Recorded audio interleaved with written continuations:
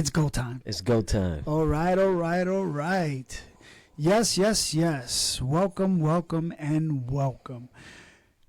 We are Learning the Process podcast.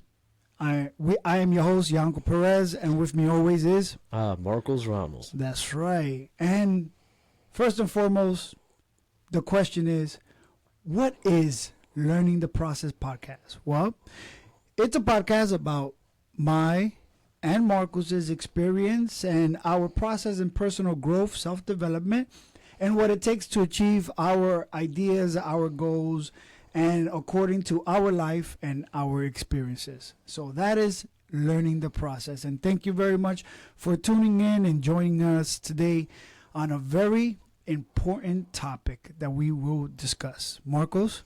So we're going to focus on today emotional intelligence according to our experience.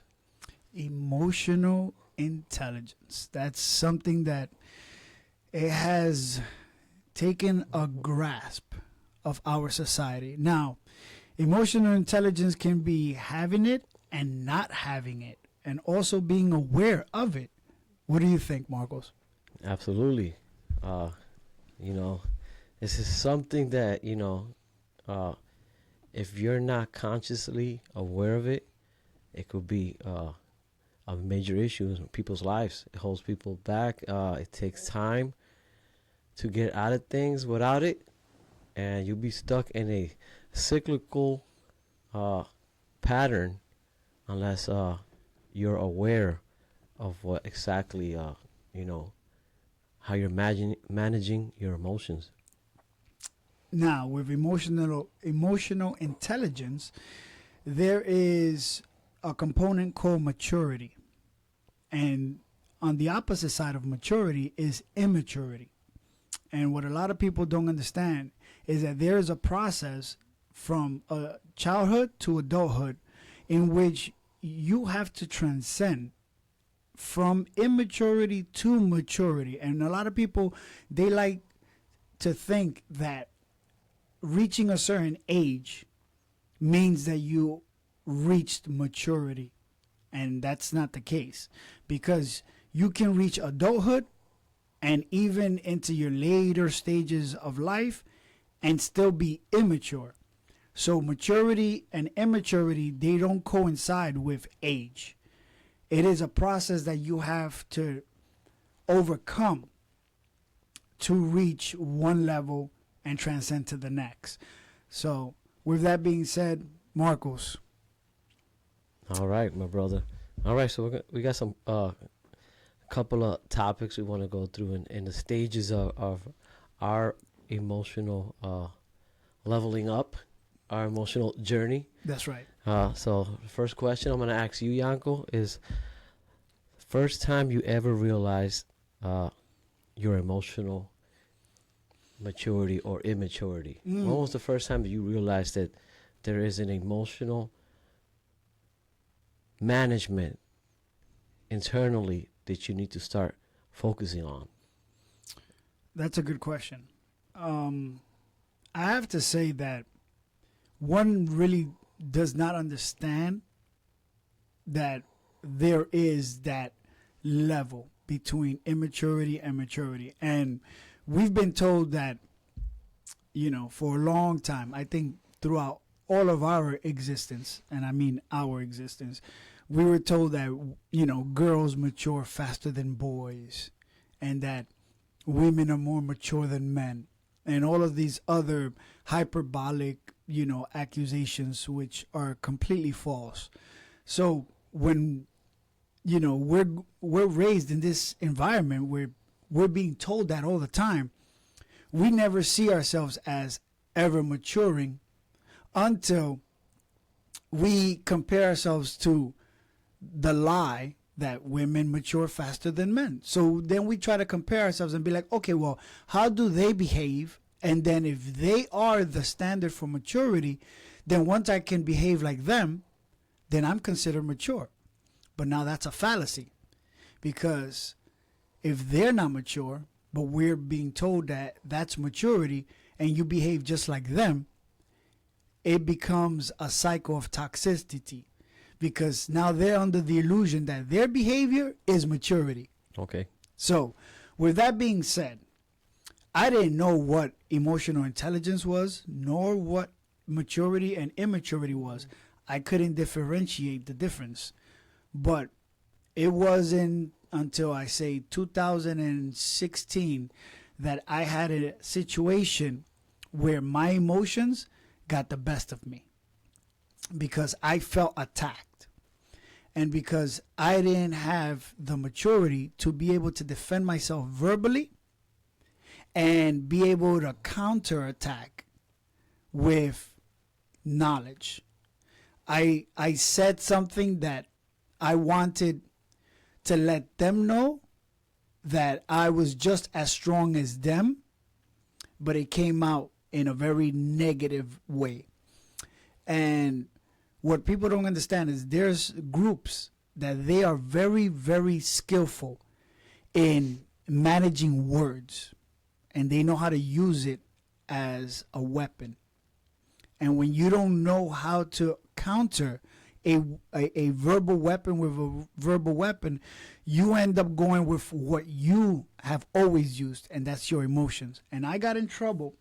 I got in trouble in a certain system for saying, well, if that's how you're going to attack me and I don't have the capabilities to defend myself verbally, then I'm going to say something that's going to put fear in you, which I know they couldn't be able to defend themselves if I was actually to act based off of my threat. And in certain instances and systems, you can't do that. You cannot, verbally threaten someone. And that's when I had to do some serious therapy, which helped me very much because that's the first time I was introduced to emotional intelligence. I didn't even know that was a thing. So because I went through this process, learning the process of being introduced to emotional intelligence, maturity, immaturity, that wasn't too long ago. We're in 2025, and this happened 9 years ago. So from the time I was born to just recently, which was 9 years is basically recently, I was operating immaturely. So I had no concept of maturity, immaturity, and emotional intelligence. So that was the first time I had to realize that I've been behaving extremely immature. So, and when was the first time you had to realize emotional maturity or immaturity? Yeah. So that's awesome, y'all. Thanks for sharing that. So for me, I think there's many times that I've realized it. I just never really acted upon it. Like I knew I was like, okay, yeah, I don't think that's cool for me to be acting like that, or whatever. But because of my background and the environment I was raised in, I was raised in an environment where it was like survival of the fittest. Because of that, I kind of felt like I kind of numbed out how I'm supposed to feel. And the feeling was, forget how you feel, stuff that in as deep as you can, and just react. You know what I'm saying? Or don't care about what happens. You know what I'm saying? It's like whatever. For example, one of the times that I realized, I really need to, that allowed me to change. There was like a pivoting moment in my life. One of the pivoting moments. There are many pivoting moments, but this is one of them. There was a situation where a friend of mine invited me over to his place, in his house, and we were staying there. We were gonna have a barbecue, hit the beach, things like that. And I invited another friend of mine with me. Me and my friend that went over there. We were both raised in the same environment. It's a hardcore environment, survival of the fittest. Eat or be eaten situation. But we're older now. We're like in our late 20s, so we're a little different. We're more cool and mellow. And sometimes things will happen when you're like, you beef with your friends and stuff happens. So, and then the friend of mine who invited us over, he's dealt with things as well, but it's just differently. Just different. Like not like our way. It was his way was different. Even though he did deal with those kind of uh certain struggles in their environment, you know. So I ended up having me and my friend got drunk on the beach, and then after a while, you know, we just started like debating, arguing, and then we got into a fight. We got into a fight. And then we're here fighting, and you know it got pretty intense, and then my friend, you know, he started bleeding, you know, from his face, from his nose, I think it was, and then after we stopped fighting, it was like, all right, that's it, we're done. So you know, I pick him up, he picks me up, we hug ourselves and walk ourselves in to my friend's house. I didn't, because it was dark, it was nighttime, so I didn't see my friend bleeding. He didn't know he was bleeding, so he just like goes to sleep. I go to sleep. Wake up in the morning, and my friend, the one who invited us, hears a thump. Doof. And then he gets out. My friend is like knocked out on the floor, bleeding. Like, you know, he's basically in and out of consciousness. He wakes me up, like, yo, what the hell happened last night? This and that. He calls the ambulance. He takes my friend. My friend goes in the ambulance. So basically, he pretty much was, you know, whatever. I might have punched him in a certain place, but like I said, it was nighttime, so we didn't even know where we was hitting each other at when we were fighting. But it ended up that he ended up going to the hospital, and then pretty much, you know, my friend, you know, he scolded me, and he was like, "Yo, what the hell? You guys are bugging. You know, what happened last night?" This like, and I told him what happened. You know, we got into an altercation, but you know, we squashed it right there. You know, things that happen. It's like this, you know, he let me know. He bawled me out. He was like, yo, man, this is absolutely unacceptable, bro. You can't, like, what happened? Like, this is my house. So, you know, first thing first, he wanted to get my friend, they make sure he was good. Second thing, we had to clean all the blood from the house. Now, my friend's house, yes, this is his mother's house. So I cleaned the house. There was some blood in the bed, some blood. So we took all the stuff and we just threw it away. And you know, and for me, because of my environment, I kind of like, okay, whatever, that happened. It happened. I cleaned the house, you know, whatever, kept it moving. But yo, the next day, he ate me up again. And I'm like, yo, I'm like, yo, okay, yo, I apologize, bro, for what happened. I meant for it to happen, but it just happened. You know, we got drunk, we made some bad decisions, okay? And he was like, nah, man, this is bigger than that. This is serious. Your friend could have died. Secondly, you ruined my mother's house. I'm like, yo, my man, you need to call my mother. You need to apologize, because everybody knows about it. The neighbors know about it. You know what I'm saying? Like, everybody knows about it. The neighbors know about it. And I was like, oh, man, okay. I was like, yo, man, I was not going to do that. I was not going to do that. That didn't even cross my mind, how immature I was. And then I was like, okay, I'll do that. You know, I started feeling it. And I was like, in my mind, he gave me an aha moment. I'm like, whoa, what I did is wrong. This is wrong. And then he was like, yo, not just that, you ruined everything. Like, yo, you need to like replace whatever you damaged. It's like, oh man, okay, yo, for me, like, I'm not trying to spend money on none of that nonsense. It's like, that's not happening. I'm not doing that. That's my natural character at that time. That I've been through so much that in my neighborhood, we've been through this before, and it's just like we shrug it off and then move on to the next thing. But this situation was different. I had to be accountable for my actions, and he put me on blast. And ever since then, that was a pivoting change in my life. Ever since then, I was very cautious about my decisions, who was around, what I spoke about. Never got into a fight ever since that situation happened. You know? And I'm very respectful. I'm very mindful of my emotions and how to be respectful for others. If I do something wrong, I apologize. If I say something wrong and make somebody uncomfortable, I listen that they were uncomfortable with whatever I said. And I'm like, oh, shit, you know, my bad. And I ask them, hey, what did I do wrong? Well, how did I make you feel? And then I understand these people. And then, you know, I try to do my best to apologize. And I try to do my best to fix whatever I broke. You know what I'm saying? That's right. So I think that was one of the turning points in my life to realizing my needing to have emotional maturity and my immaturity. That's right. That's right. Piggybacking off of that, how did you learn how to manage, you know, your emotions? Because that's a hard one. Most people don't know how to manage Yeah. because emotions are so strong. You know, like it takes a hold of you. It's like drugs. Yeah, you go 0 to 100. You go 0 to 100. So Blank out. how do you figure out? Okay, this is how I'm going to manage when I have to, control me going from 0 to 100. Because I still struggle with that. Well, I'm definitely not perfect. This levels to this. It never ends. I think you'll continue to do this to the day you die. So you'll always mature and mature as we move on in life, and you'll mature depending on the situation you're in. How you handle a situation and where your emotions is. If it's an upsetting situation, right? Also, if it's you're in a situation where somebody's sad, how you deal with them, how you manage yourself when a person is sad. It's not just about your emotions, it's how you manage yourself when other people are in different emotions.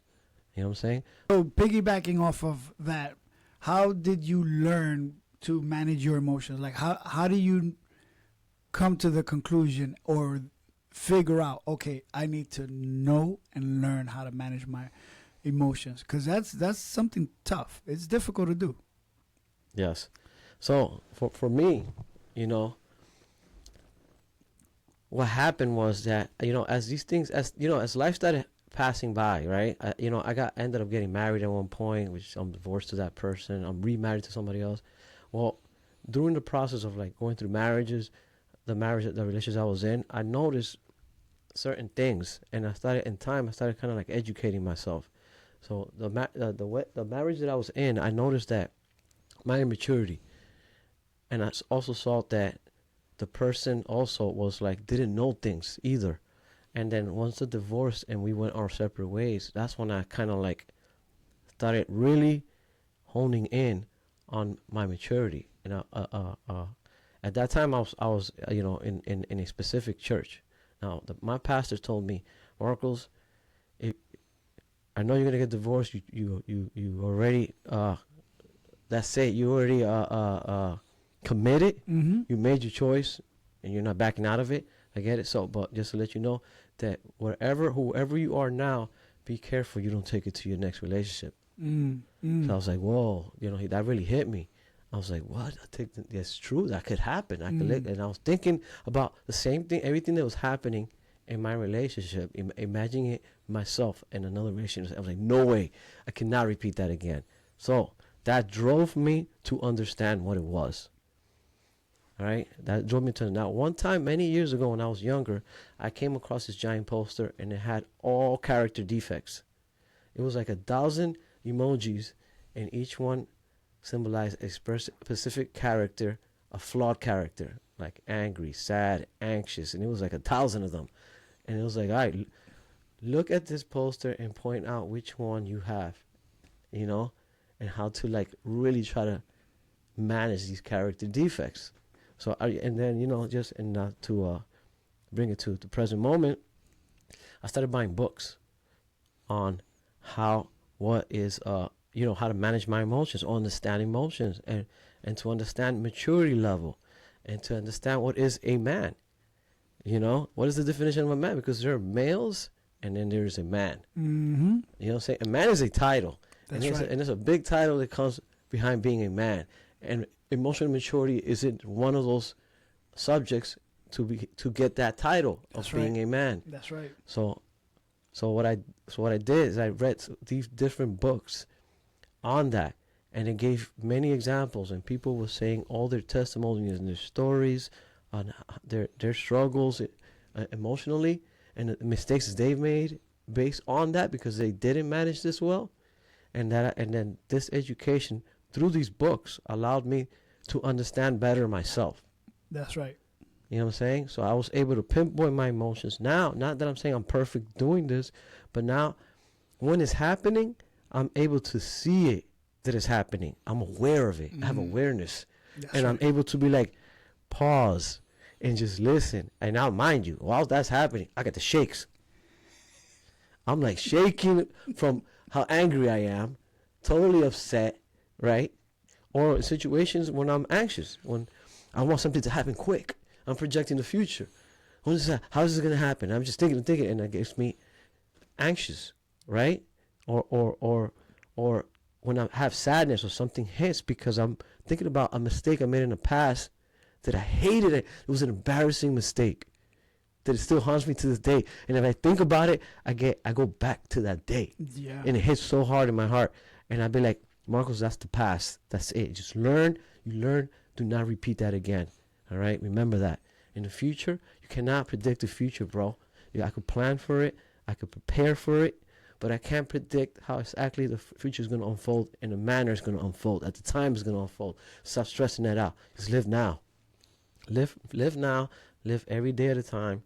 And pay attention on how I can manage every step. So anytime something happens that I'm uncomfortable with, I try to pause and see it for what it is. And like something that's, especially when I'm powerless against it, that I have no control over it. That's when I realized I was like, okay, I'm powerless against this. What is the learning lesson here? Because every time something that makes me uncomfortable, makes me emotional happens, it ends up being something new that I haven't experienced yet. So this is a learning lesson for me. This is new. So how can I understand this experience right now? And that's how I take it. These are new learning lessons. This is a new level of my development as a person. I mean, everything you just said, it makes someone think. And being aware is one of the key components to being able to manage emotional intelligence and maturity. And for me, I was introduced to it through therapy. And thank God that I had therapy and I had that guidance for them to be able to say, this is what it is, this is what it looks like, and then these are the steps to help manage, because you don't always have it under control. There's always going to be something someone does where you feel that you were wrong. And for us, especially being raised in our environment, that it's fight or flight. You're always trying to defend yourself from an attack. Those triggers, they pop up immediately. So we're still, I know for a fact, I'm still working on it. There's things that trigger me and I immediately want to attack. Yeah, progress, not perfection. Exactly. But I learned to take a deep breath, take a pause. That is so beneficial, to be able to say, okay, hold on. I feel it. I know what my immediate reaction is, but I need to stop. And then what I do is I ask myself, how badly do I want to control this situation? Yeah. And as long as you remove yourself from wanting to have absolute justice, which is usually an ego thing, you can just say, okay, well, I can step back from this and be like, it's not worth it. Because there's a lot of energy that goes into wanting to be right. Yeah, big time. So you might do the wrong thing in your defense to be right. So for me, that's still a learning process. So what I want to ask you next is, well, where are you today? As far as your emotional maturity. Wow, yeah. So today, I'm definitely, when I look back, I'm totally in a different level. I am way more calmer about things. There's certain things I don't give my power to, things that are like petty. I'm very patient. Because I'm patient, I'm able to make better choices, and I try, and I'm better at managing what I say. And because I'm better managing what I say, I'm better at, when I'm feeling something and I feel like I want to react or defend myself, I don't say anything. I just try to understand why I'm feeling like this, right? Example, with my wife now, my current wife, she sometimes will make me upset. She'll do things that will make me upset. So I'll let her know immediately. I'm like, okay, I'll hear her out, see what she said, and then I'll let her know, hey, I disagree with that. And also because, how you saying it, you're making me upset. Like, your delivery sucks right now. If you're trying to, like, get a rise out of me, it's working. But I don't get angry. I don't yell. I don't curse. But I be honest. I'm honest. Like, hey, this is not cool. You're bullying me right now. So let's talk about this. What's going on right now? Let me know what is going on so I can see what I can. If I'm doing something that's bothering you, let me understand what I am doing, and then we will basically we'll talk about it. We'll communicate. We have like what's called our love language. Right? So we'll make sure, and I try to make sure that I always bring this up. Like, hey, let's make sure that when we're not happy with each other, that we still respect each other, that we still talk to each other with love and understanding, and just, hey, you have the right to be upset, but the delivery is everything, right? You don't want to verbally mistreat me. I don't want to verbally mistreat you, right? So I try to make sure that my delivery, my words, are better. And they have gotten better, you know what I'm saying? And I continue to educate myself because there's more. There's still more. I'm still learning. And as I age, there's different challenges. And with those challenges comes a different set of feelings that come with it. So, I try to manage it. My wife, we've been married. We've been together for 5 years, been married for 1 year. So, being married, being in a relationship is like, anything can happen. You get pissed, I'll leave. When you're married, you're like, no, we're in this. That's it. We're locked in. Yeah. Like, we're not going nowhere. Like, if we go into something, we know that, okay, we're in it to death do us apart, so we need to figure this out. There's no running from it.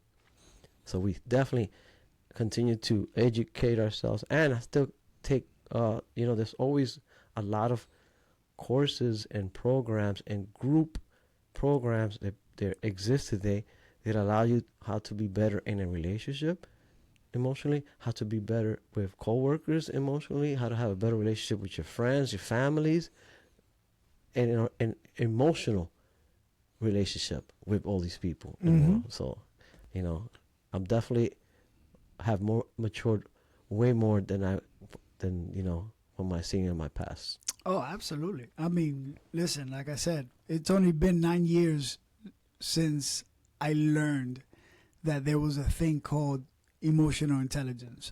To me, that didn't even exist.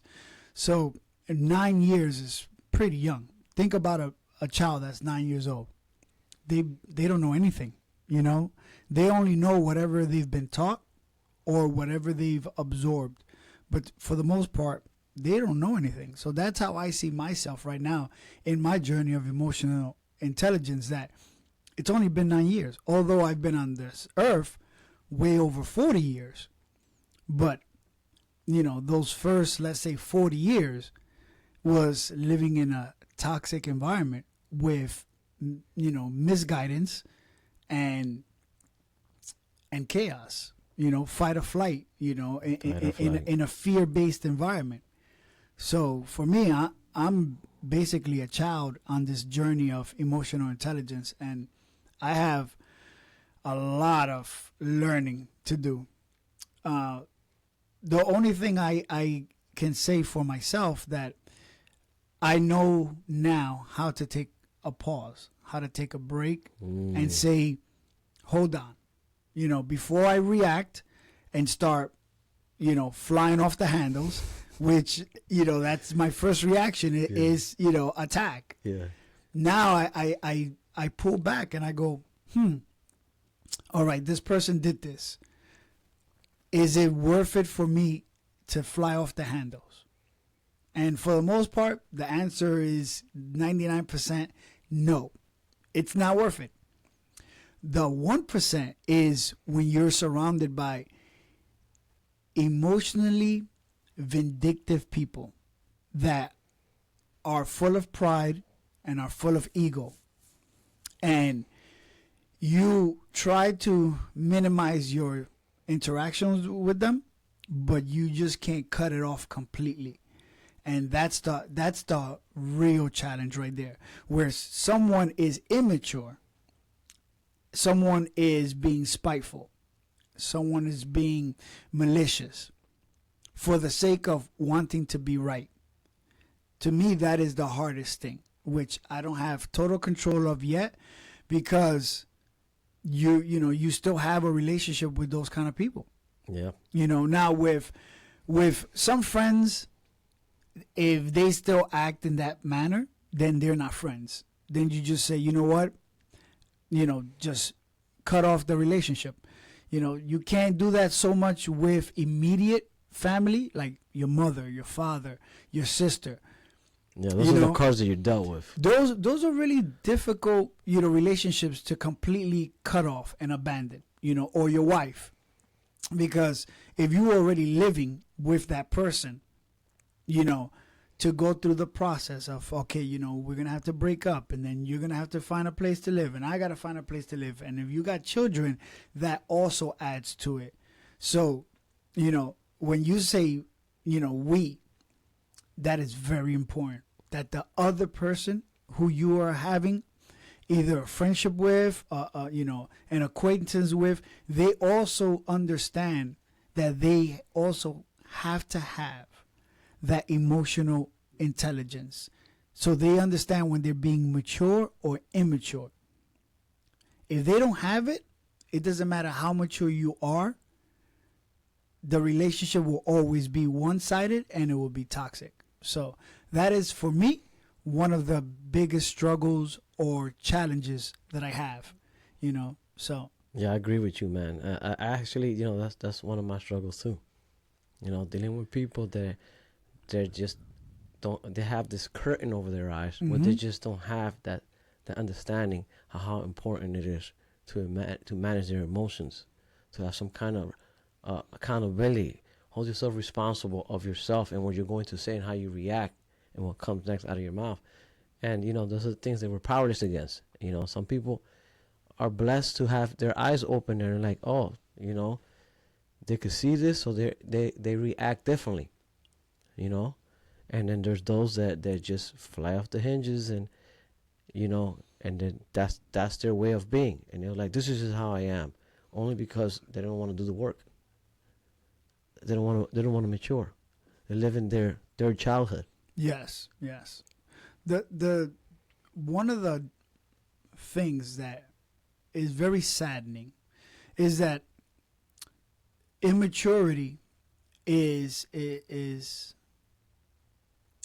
tethered to ego.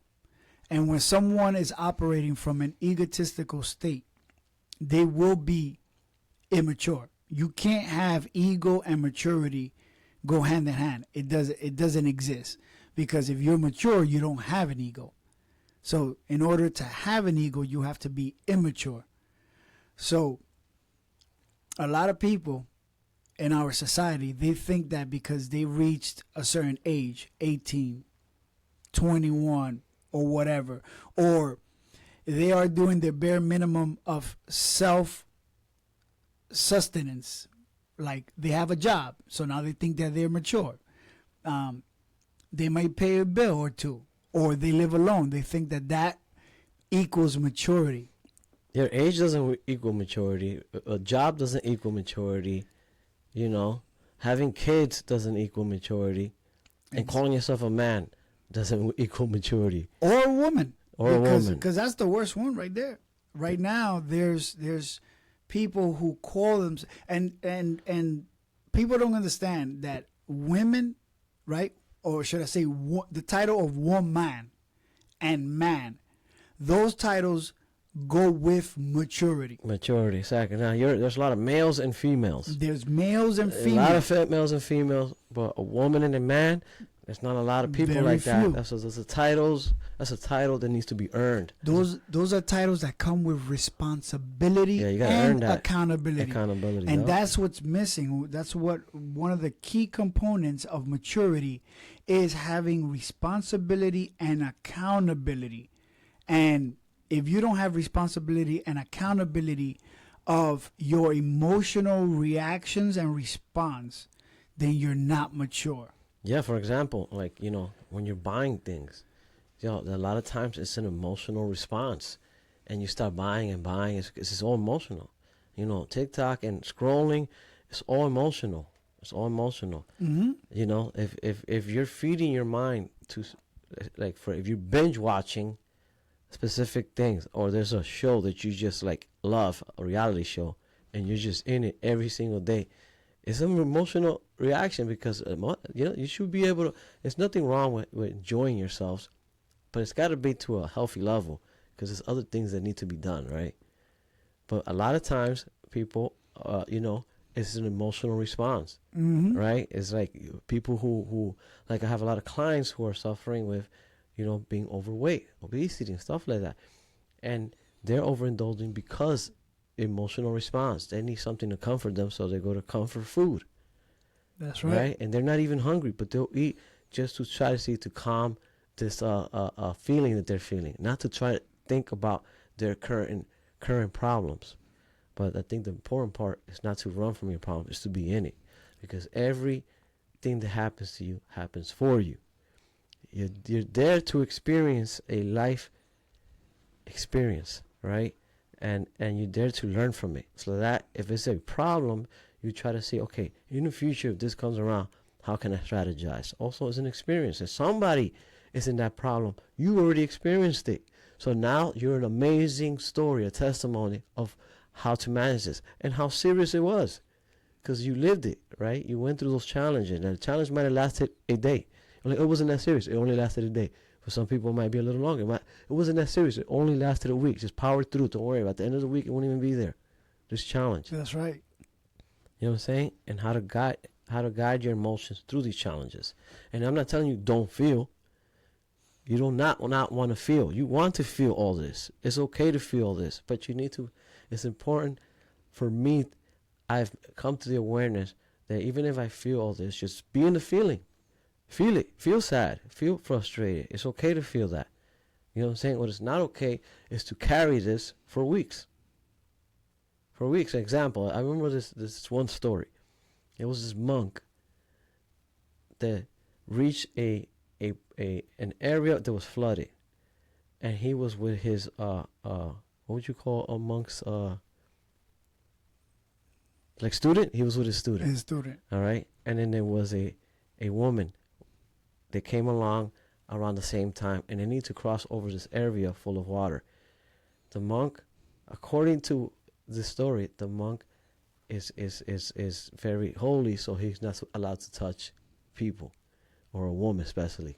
You know what I'm saying? That was kind of like part of the story. And then the monk just looked at the woman. He was like, hey, just get on my back. I will cross you over. So he crossed her over. And then the student. And then she went on her way. Him and the student kept walking. 2 miles down the road, the student turns to the teacher. It's like, teacher, why did you carry that woman over the water? You know, we're monks. We're not supposed to do that and stuff like that. And he says, like, why are you still carrying her? That whole time, student was thinking about this, Mm-hmm. but it took 2 miles for him to actually say something. Mm-hmm. And he was like, why are you still carrying? That's the point.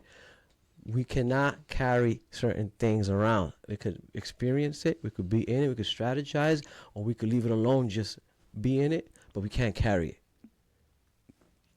And unfortunately, too many people are carrying all the negativity that's happened in their life. And they carry it and then they reuse it instead of just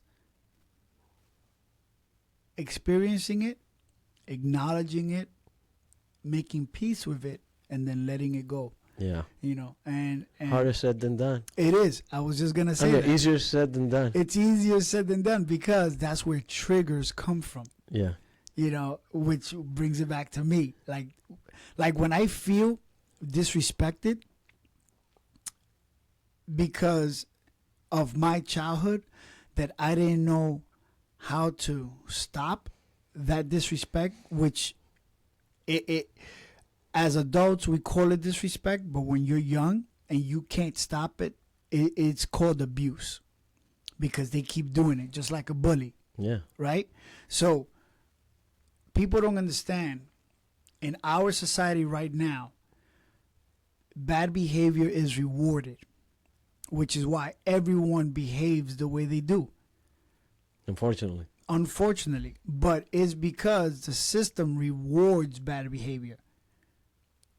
So it's easier to always be in your childlike state where you do what you want. You know, you're always chasing the feeling, you know, which is the difference between a child and an adult, you know, a mature adult. A mature adult doesn't chase his feelings. He chases his purpose or her purpose, right? So we are all right now, not we, me and you, but as a society, we are chasing the constant feeling, you know, of self-righteousness, which is what makes you feel good, which is pride and ego driven. And that's a problem.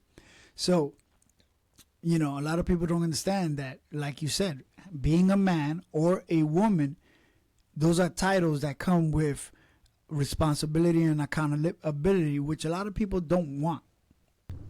Well, okay, so, you know, this is an amazing topic, very important topic. And of course, you know, as we're doing this, you know, Learning the Process podcast, we're going to continue to bring these specific topics back in the future because we want to show you what our journey is, what we learned was different.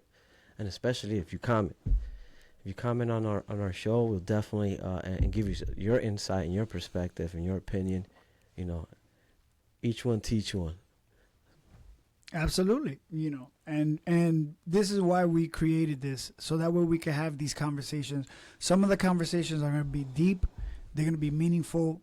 Some conversations are going to be for entertainment purposes, but all of it is a learning experience. Whether it's entertainment, whether it's for comedy, you know, soul searching, finance, emotional intelligence, you know, intellectual intelligence. All of it. The process is the experience. Yeah. And it's according to our experience. Exactly. Yes. We'll let you know that we're not experts at this at any point. I do not have a degree about none of this, but I do have experience, you know, a lived experience. That's it. In life, and, you know, some kind of level of also, you know, from books I read, from hearing other people's stories, you know, that's allowed me to have a certain level of knowledge on the things that we're going to be talking about. And life is a learning experience. It's a learning process. That's what life is, and that's what we do. We talk about our experiences and what we learned from it and what we're continuing to learn. And that's why it's learning the process, you know, because that's what life is. Life is a series of process that you go through. Even age, it does it on its own. Aging is a process, which you don't control. It just happens. But you have to deal with that experience from the moment you're born all the way into the moment, you know, God calls for you again. That's right. It is you experiencing that process. And that's, you know, that's where we are right now. And that's how we came to this conclusion to have this podcast that we share with you guys. And, you know, we're always looking forward to you guys leaving a comment and letting us know what you guys think and what you're going through and what your experience is, your perspective, point of view, opinion, comments, opinions, complaints, all of it. You know, that's also the process. So with that being said, Marcos. Well, welcome to Learning the Process.